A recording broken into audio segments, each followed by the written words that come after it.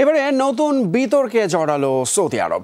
গাজায় যখন চলতি শতকের ভয়াবহতম বর্বরতা চলছে, তখন দেশটিতে ডিজে পার্টির আসর বসানোর অভিযোগ উঠেছে।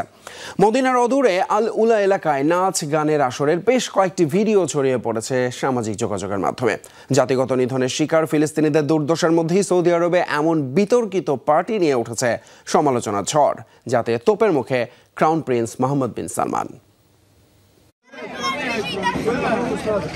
এক টুকরো রুটির জন্য মানুষের এই হাহাকার। বোমা হামলা থেকে ভাগ্যক্রমে বেঁচে গেলেও যুদ্ধ বিধ্বস্ত গাজায় ফিলিস্তিনিদের আরেক যুদ্ধ।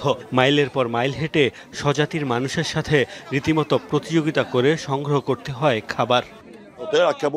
এখানকার পরিস্থিতি খুবই শোচনীয়। সহায়তার জন্য একটি কুপন পেতে 4 কিলোমিটার হাঁটতে হয়। নারী ও বৃদ্ধদের জন্য যা খুবই কঠিন। পৃথিবীর অন্য প্রান্তের মানুষের মতো আমরাও মানুষ, আমাদেরও খাবার প্রয়োজন। রাজপ্রাসাদ বিলাসিতা চাই না, শুধু ক্ষুধা নিবারণের জন্য খাবার চাই। ঠিক এই সময়েই মুসলিমদের তীর্থভূমি হিসেবে পরিচিত সৌদি আরবে উদ্দাম নাচ গানের আসর বসানোর অভিযোগ উঠেছে। নেটিজেনদের দাবি, পবিত্র নগরী মদিনার অদূরে আল উলা শহরের বিখ্যাত এলিফ্যান্ট রকের সামনে হয় এই আয়োজন। কথিত ডিজে পার্টির বেশ কয়েকটি ভিডিও ছড়িয়ে পড়েছে সোশ্যাল মিডিয়ায়। এতে দেখা যায় পশ্চিমা গানের তালে তালে নাচছেন তরুণ তরুণীরা।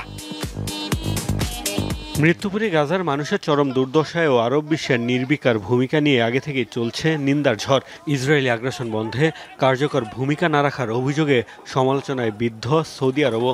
এরই মধ্যে এই নতুন বিতর্কে জড়ালো দেশটি। নেটিজেনদের তোপের মুখে ক্রাউন প্রিন্স মোহাম্মদ বিন সালমান।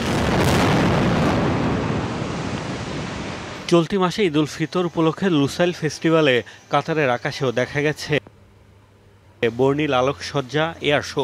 ছিল খোলা ময়দানে নাচ গানের আয়োজনও, জানিয়েও সমালোচনা কম হয়নি।